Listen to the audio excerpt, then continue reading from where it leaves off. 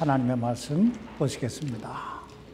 하나님 말씀은 마태복음 16장 5절로 12절까지 있는 말씀이 되겠습니다. 5절로 12절까지 말씀 우리 함께 교독하도록 하십시다. 그분의 제자들이 건너편으로 갈 때 빵 가져가는 것을 잊었더라.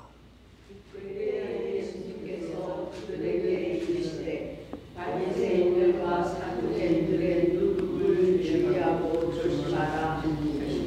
그들이 자기들끼리 의논하여 이르되 이는 우리가 빵을 가져오지 아니하였기 때문이라 하거늘. 예수님께서 그것을 아시고 그들에게 이르시되 오 믿음의 적은 자들아 너희가 어찌하여 빵을 가져오지 아니하였으므로 너희끼리 의논하느냐. 너희가 아직도 깨닫지 못하느냐? 빵 5개로 5,000명이 먹고 너희가 몇 바구니를 거두었으며 빵 7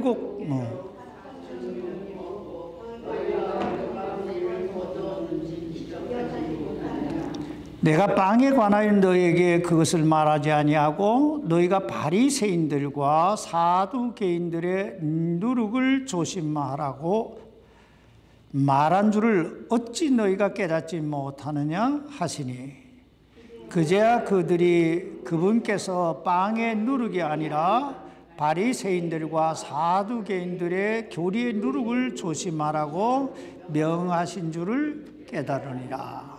아멘. 말씀을 위해서 기도하십시다. 살아계신 아버지 하나님, 오늘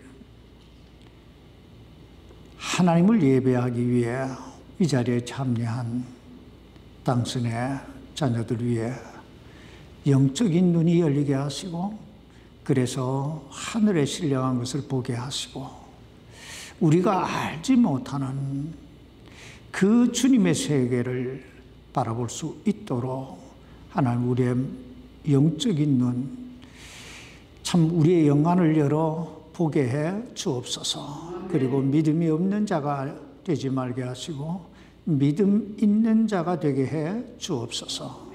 오늘 성령 하나님께서 이 종을 붙드시고 사용해 주옵시기를 우리 주 예수님 이름으로 간절히 기도하옵나이다. 아멘. 착석해 주시기 바랍니다. 오늘 본 말씀은 예수님께서 당신을 시험하기 위해 찾아온 그 바리새인들과 사두개인들을 떠나서 제자들과 함께 배를 타고 건너편으로 가시는 장면으로 시작됩니다. 그런데 오늘 본 말씀을 자세히 살펴보면 바리새인들과 사두개인들뿐 아니라 예수님을 믿고 따른다고 하는 그 제자들 역시 이 영적 무지, 영적 어두움에 사로잡혀 있는 것을 보게 됩니다. 오늘 본문 여기 마태복음 16장 5절부터 7절까지 말씀을 보시기 바랍니다. 그분의 제자들이 건너편으로 갈 때 빵 가져가는 것을 잊었더라. 그때 예수님께서 그들에게 이르시되 바리새인들과 사두개인들의 누룩을 주의하고 조심하라 하시니 그들이 자기들끼리 의논하여 이르되 이는 우리가 빵을 가져오지 아니하였기 때문이라 하거늘. 여러분 이 동상이몽이라고 하는 말 들어보셨습니까? 동상이몽이라고 하는 말은 같은 자리에 누워 있어도 서로 생각이 다르다, 생각하는 그 생각이 다르다 하는 뜻입니다. 지금 예수님과 제자들은 같은 배 안에 있습니다. 근데 그 생각이 지금 전혀 다른 곳에 있습니다. 지금 제자들은 빵 생각만 하고 있어요. 빵 생각만. 그래서 예수님께서 누룩 이야기를 하시자 우리가 빵 안 가져왔구나. 지금 그 얘기를 하고 있는 거예요. 그런데 예수님은 똑같은 시간에 똑같은 장소에서 조금 전에 만났던 그 바리새인들과 사두개인들의 영적 무지에 대해, 영적 어두움에 대해 생각하고 계십니다. 다시 말하면 제자들의 관심은 빵에 있었는데 예수님의 관심은 영적 진리에 있었다는 얘기입니다. 우린 이것을 영적 무지, 영적 어둠이라고 부릅니다. 그렇다면 예수님의 제자들은 왜 이 영적 무지, 영적 이 어둠에 사로잡히게 됐을까요? 오늘 이 본문 말씀을 통해서 영적 무지가 왜 오는가, 어떻게 오는가, 이 부분을 좀 몇 가지로 나누어 보십시다. 첫째, 영적 무지는 자기 생각에 사로잡히게 되면 이 영적 무지가 옵니다. 우리는 그 사실을 여기 오늘 5절에서 보게 되는데, 그분의 제자들이 건너편으로 갈 때 빵 가져가는 것을 잊었더라.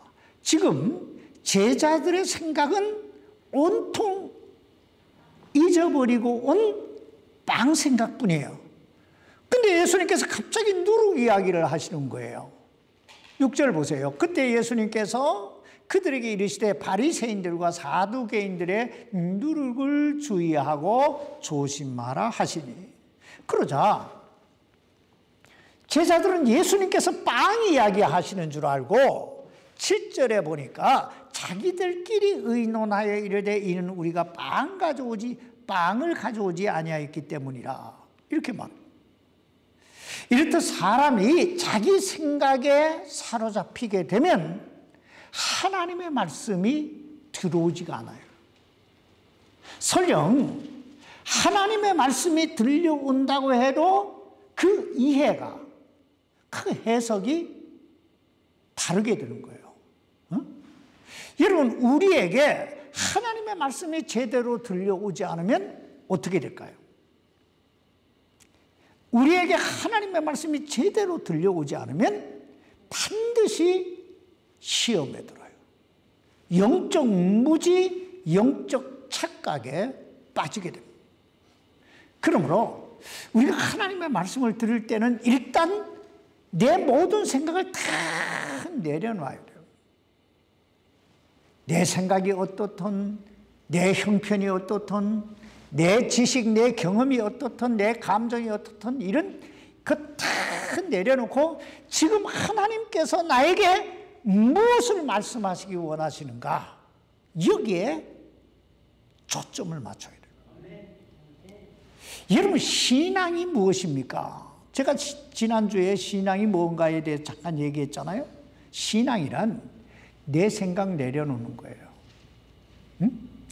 내 형편, 내 지식, 이런 모든 것 다 내려놓고 오직 하나님의 말씀, 이 하나님께서 나에게 뭐라고 말씀하시는가에 초점을 맞추고 그 말씀만 믿고 의지하고 순종하고 따라가는 것, 이것이 신앙입니다.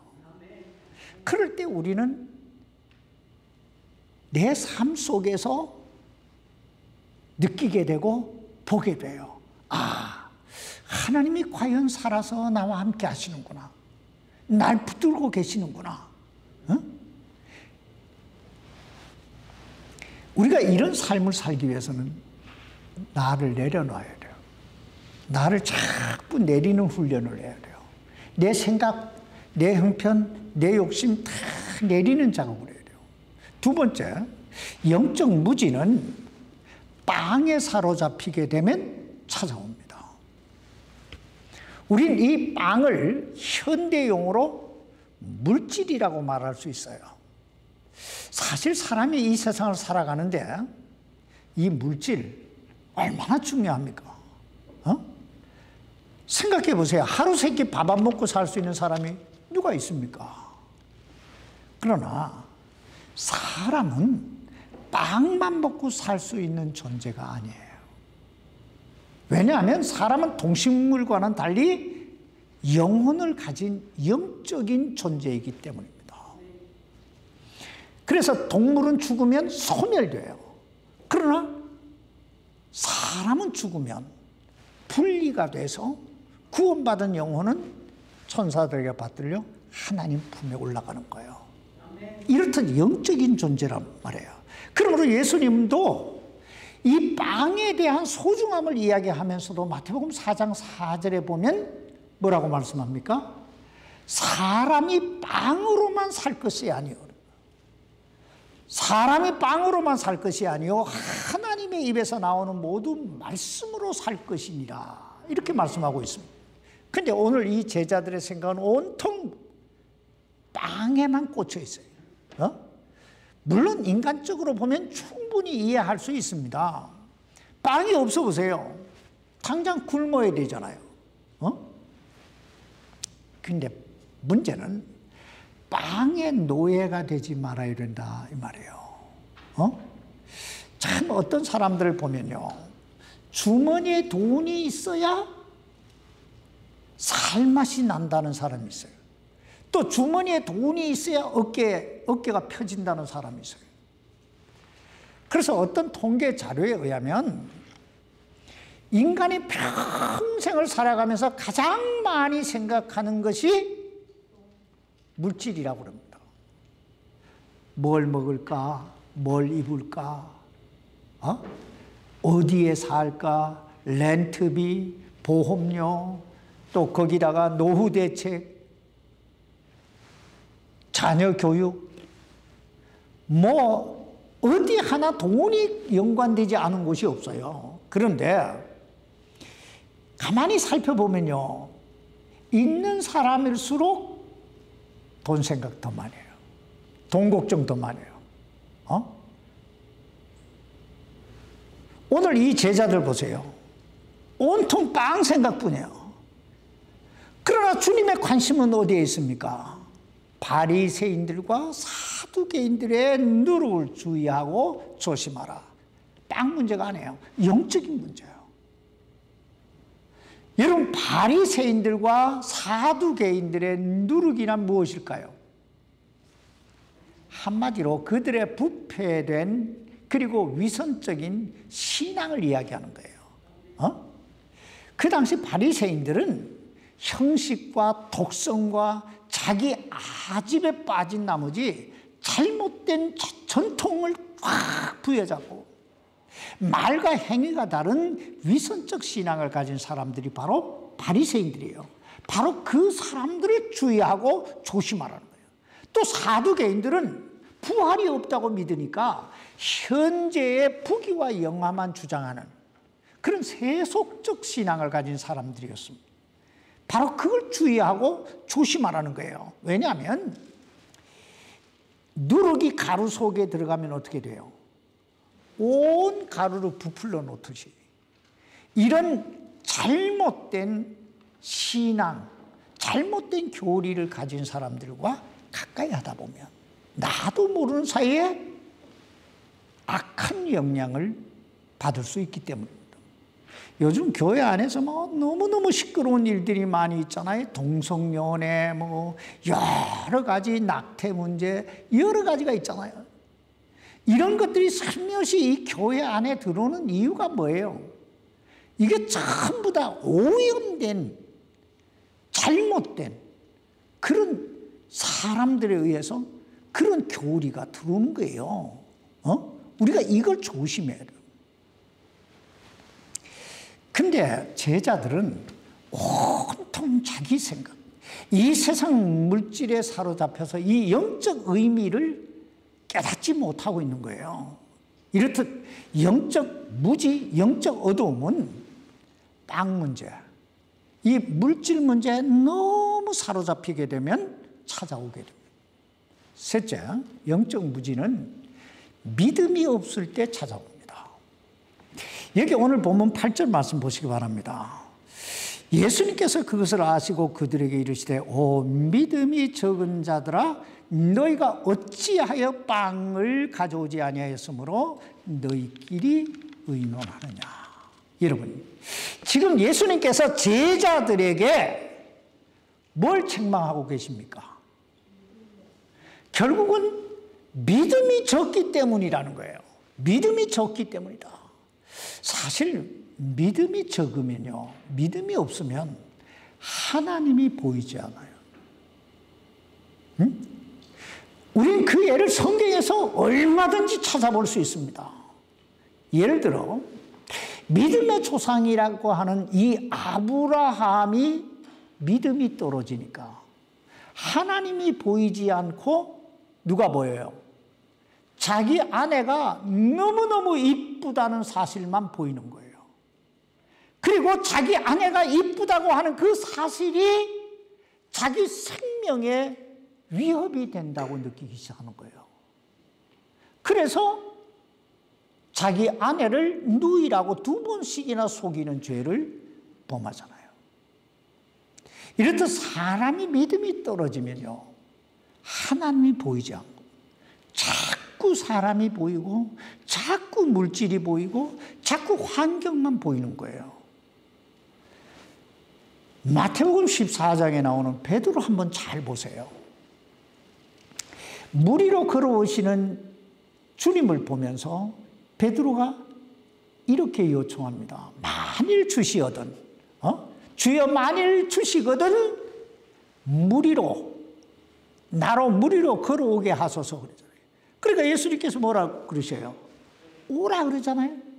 그러자 베드로가 배에서 내려 물 위를 걸어 주님을 향하여 갑니다. 그런데 30절에 보면 바람이 사나운 것을 보고 두려워하다가 가라앉기 시작했다, 이렇게 말씀하고 있습니다. 이렇듯 믿음이 없으면요, 주님이 보이지 않아요. 환경만 보여요. 문제만 보여요. 엘리야를 보세요. 엘리야가 누굽니까? 엘리야가 믿음이 충만했을 때는 하늘에서 불이 내리게 하고 비가 내리게 했던 그 위대한 믿음의 사람이잖아요. 근데 그 엘리야에게 믿음이 떨어지니까 자신을 죽이려고 하는 그 이세벨이 두려워서 로뎀나무, 조그만 나무에 그 로뎀나무 그늘 아래 앉아서 뭐라고 그래요? 사는 게 죽는 것보다, 아니지, 반대로 죽는 게 사는 것보다 낫습니다. 날 좀 데려가 달라고 그러잖아요. 그렇다면 이렇듯 믿음이 떨어지는 이유가 뭘까요?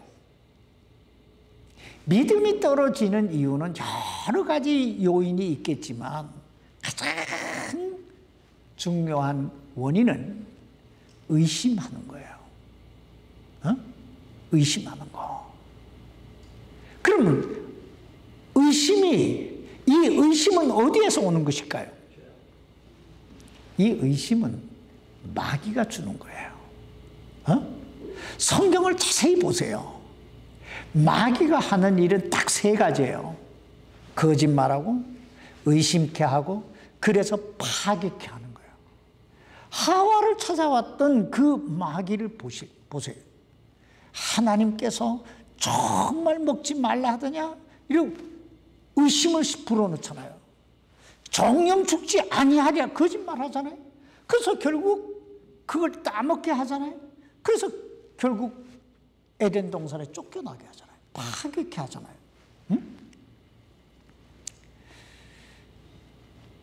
그러므로 우리가 이 의심의 늪을 벗어나기 위해서는 날마다 은혜의 보좌 앞에, 주님 앞에 나가는 수밖에 없어요. 그분 매달리는 수밖에 없어요. 짐 그레암 목사님이 이 믿음에 대해 이런 이야기를 했어요. 태양은 항상 비친다. 그러나 커튼을 닫아두면 그 태양빛이 내게 전달될 수 없다. 마찬가지로 하나님은 항상 살아계시고 나에게 사랑의 빛을 비추시지만 내 마음에 의심이라고 하는 커튼을 쳐두면 하나님의 영광을 볼 수 없다. 그러므로 의심의 커튼을 걷어버리라. 그리하면 하나님의 영광을 보게 될 것이다. 그렇습니다. 하나님이 안 계신 것이 아니고 내 마음에 의심의 커튼이 쳐 있어서 그 살아계신 하나님이 보이지 않는 것뿐이에요. 그렇다면 우리가 어떻게 우리 마음속에 끊임없이 일어나는 이 의심의 커튼을 걷어버릴 수 있을까요? 우리 마음속에 의심의 커튼을 걷기 위해서는 첫째, 이 하나님의 말씀으로 돌아와야 돼요. 즉 날마다 이 하나님의 말씀을 읽고 묵상하고 나에게 하나님께서 뭐라고 말씀하신가에 귀를 기울이고 그것을 행해야 된다 이 말이에요. 왜냐하면 우리가 행하면 체험하게 되는 거예요. 아, 하나님 살아계시는구나. 여러분 기도하는 사람을 잘 보세요. 기도를 30분, 1시간 붙들고 늘어지는 사람 잘 보세요. 그 사람은 반드시 어느 순간인가 기도의 응답의 체험을 한 사람이에요. 기도 맛을 본 사람이란 말이에요. 고기도 뭐 한 사람이 먹어요? 먹어본 사람이 먹는다고 그러잖아요. 기도 응답의 맛을 본 사람이 하는 거예요. 말씀도 마찬가지예요. 이 말씀이 막 꿀송이 같이 달다. 이걸 느껴본 사람만이 말씀 보는 거예요. 두 번째는 주님이 행하신 그 일들을 기억해야 돼요. 여기 오늘 본문 9절로 10절 말씀 보시기 바랍니다. 너희가 아직도 깨닫지 못하느냐? 빵 5개로 5,000명이 먹고 몇 바구니를 거두었으며 빵 7개로 4,000명이 먹고 너희가 몇 바구니를 거두었는지 기억하지 못하느냐? 여러분, 왜 제자들이 믿음 없는 상태에 빠지게 되었다고 말씀하고 있습니까? 결국은 저들이 깨닫지 못하고 그 다음에 기억지 못했기 때문이라는 거예요. 자, 한번 생각해 보세요. 지금 제자들이 온통 제자들의 마음, 제자들의 그 생각을 사로잡는 게 뭐예요? 빵이에요. 그런데 지금 제자들과 함께 그 배를 타고 가시는 예수님이 누구예요?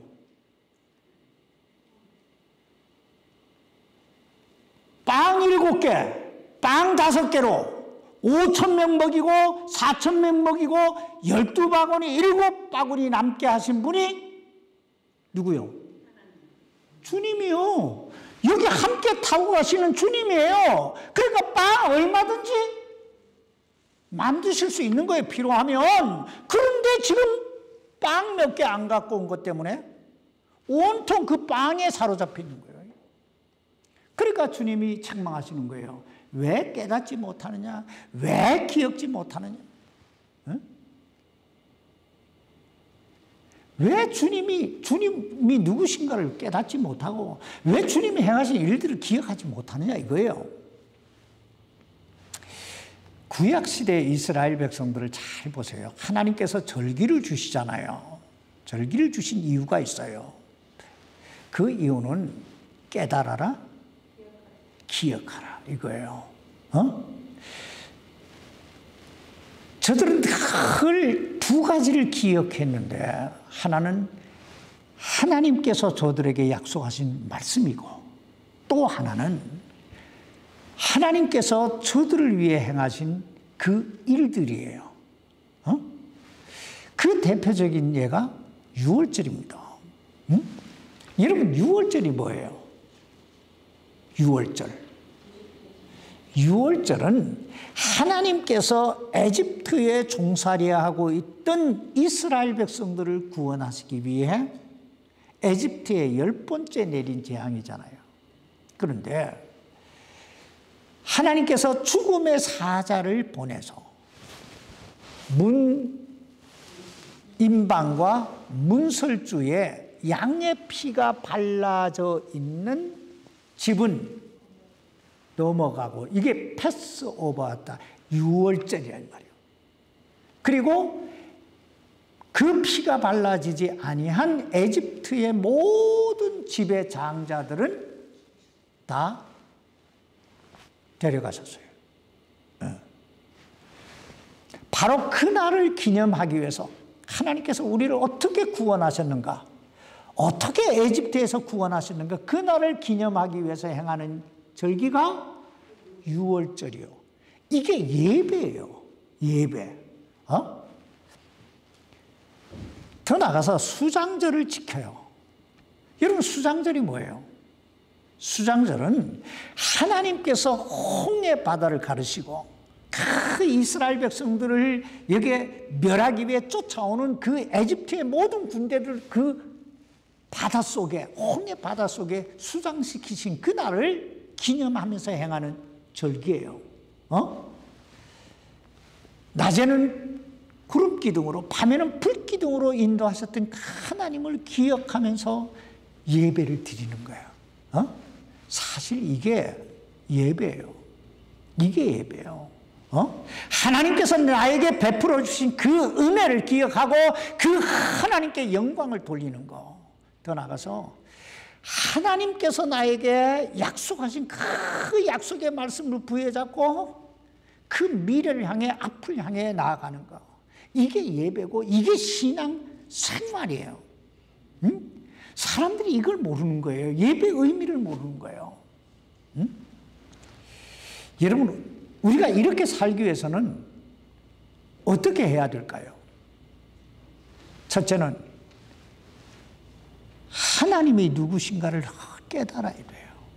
둘째는 하나님의 말씀과 그 하나님께서 말씀하신 그 말씀과 그분이 행하신 그 일들을 늘 기억해야 돼요. 믿으며 살아야 된다 이 말이에요. 마음에 간직해야 된다. 제자들이 빵을 염려했던 이유가 바로 이 믿음이 없었기 때문에요. 그러므로 주님은 저들을 향해서 깨닫지 못하느냐고, 기억지 못하느냐고 책망하신 것입니다. 그러므로 여러분 꼭 깨닫고 기억하시기 바랍니다. 하나님께서 어떻게 참 나를 죄와 사망에서 구원하셨나? 내가 정말 절박한 심령으로 눈물 흘리며 기도할 때 하나님께서 나에게 어떻게 응답하시고 내 삶을 어떻게 인도해 오셨나? 앞이 캄캄하고 육신은 힘들고 사람들은 알아주지 않고 그 절망의 나락에서 하나님 한 번만 하고 매달렸을 때, 그 애원했을 때 그때를 기억해야 된다는 거예요. 하나님의 은혜는 내가 그때를 기억하고 겸손히 그 하나님을 바랄 때 우리 안에서 더 크고 더 강하게 역사하시는 줄 믿습니다. 그래서 예배가 필요하고, 그래서 성경 공부가 필요하고, 그래서 기도가 필요한 거예요. 우리가 시편 116편 8절 말씀을 우리가 봤잖아요. 주께서 내 혼을 사망해서 내 눈을 눈물에서 내 발을 넘어짐에서 건지셨나이다. 자, 우리 모두가 다 믿음 생활을 한 사람들은, 어느 정도 믿음 생활을 한 사람들은 이 말씀이 무슨 의미인지 다 알아요. 우리가 다 처음 했거든요. 근데 중요한 건 그 다음에요. 12절로 14절에 보면 주께서 내게 베푸신 모든 은혜로 인하여 내가 그분께 무엇으로 보답할까? 이게 빚진 자의 심정으로, 빚진 자의 심정이에요. 무엇으로 보답할까?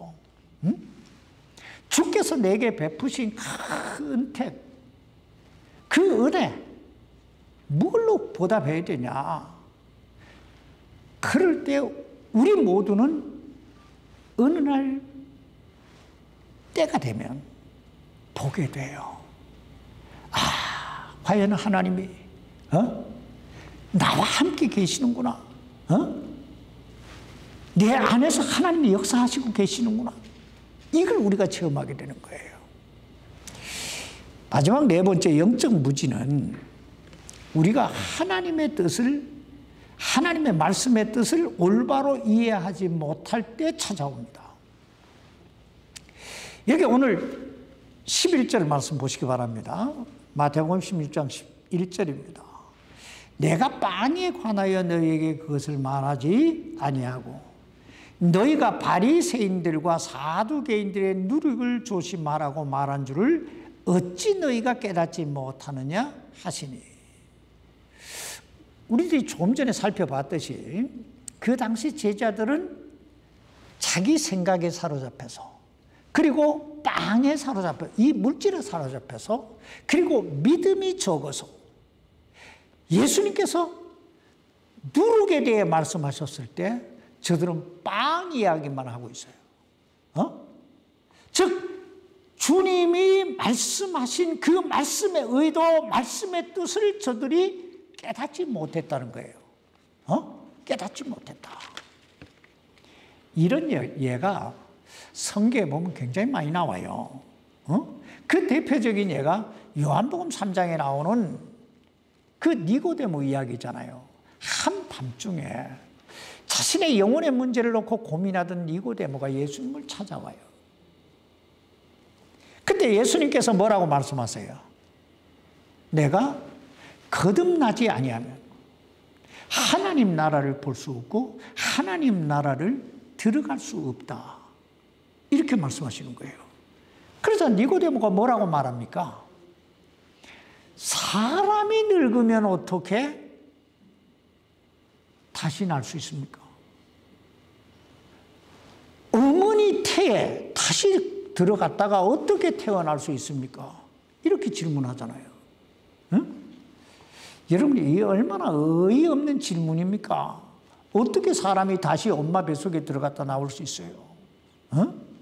근데 우리가 이 하나님의 말씀을 올바로 이해하지 못하면 그럴 수밖에 없다는 거예요.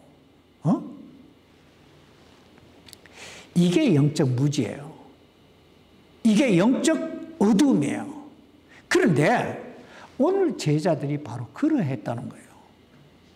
바리새인들과 사두개인들의 누룩을 조심하라니까 우리 빵 안 가져왔구나 이러는 거예요.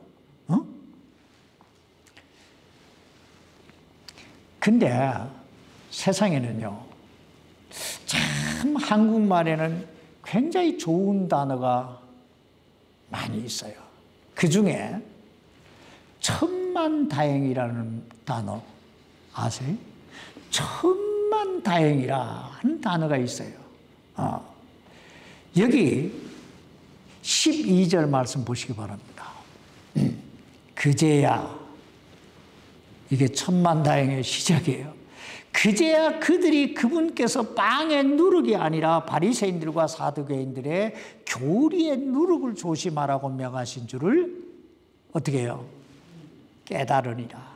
천만다행으로 저는 이 말씀을 묵상하면서 만약에 오늘 이 말씀, 이 깨달음이라 하는 이 말씀이 없었다면 제자들은 과연 어떻게 됐을까? 정말 제자의 삶을 살 수 있었을까? 여러분, 만약에 제자들에게 이 깨달음이 없었다면 어떻게 됐을까요? 바리새인들이나 사두개인들이나 똑같은 일반인 사람이 됐을 거예요. 이 깨달았다. 이것이 바로 제자들과 바리새인들과 사두개인들의 차이고, 용서받은 죄인과 용서받지 못한 죄인의 차이고, 구원받은 사람과 구원받지 못한 사람의 차이고, 주님 앞에 쓰임받는 사람과 쓰임받지 못하는 사람의 차이예요. 이처럼 신앙이란 깨닫는 데서부터 출발합니다. 왜냐하면 이 깨달음 속에 회개가 있거든요.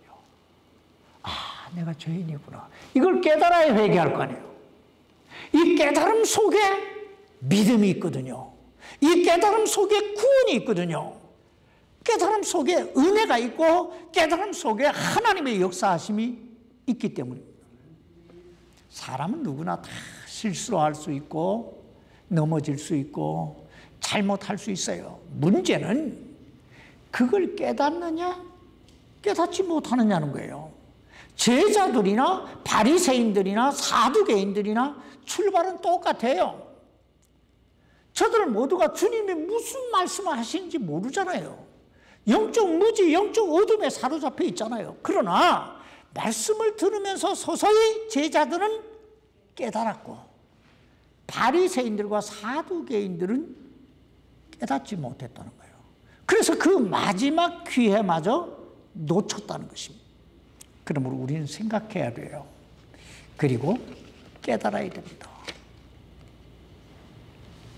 내가 예수 믿는 목적이 뭐냐?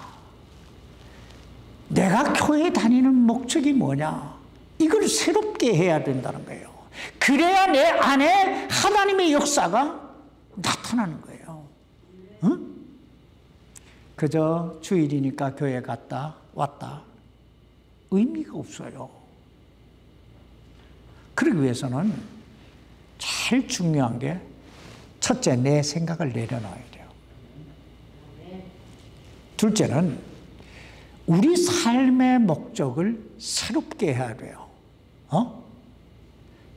즉 잠시 잠깐 보이다 없어질 이 세상 물질에 너무 목숨을 걸지 말라 이 말이에요. 있어야 되지만 여기다가 모든 걸 포커스를 맞추고 살지 말라. 하나님이 나에게 뭐라고 말씀하시는가에 포커스를 맞춰라. 세 번째는 믿음으로 사는 법을 배워야 돼요. 믿음으로 사는 법. 왜냐하면 인생은 결국 하나님의 섭리, 하나님의 손안에 있기 때문이에요.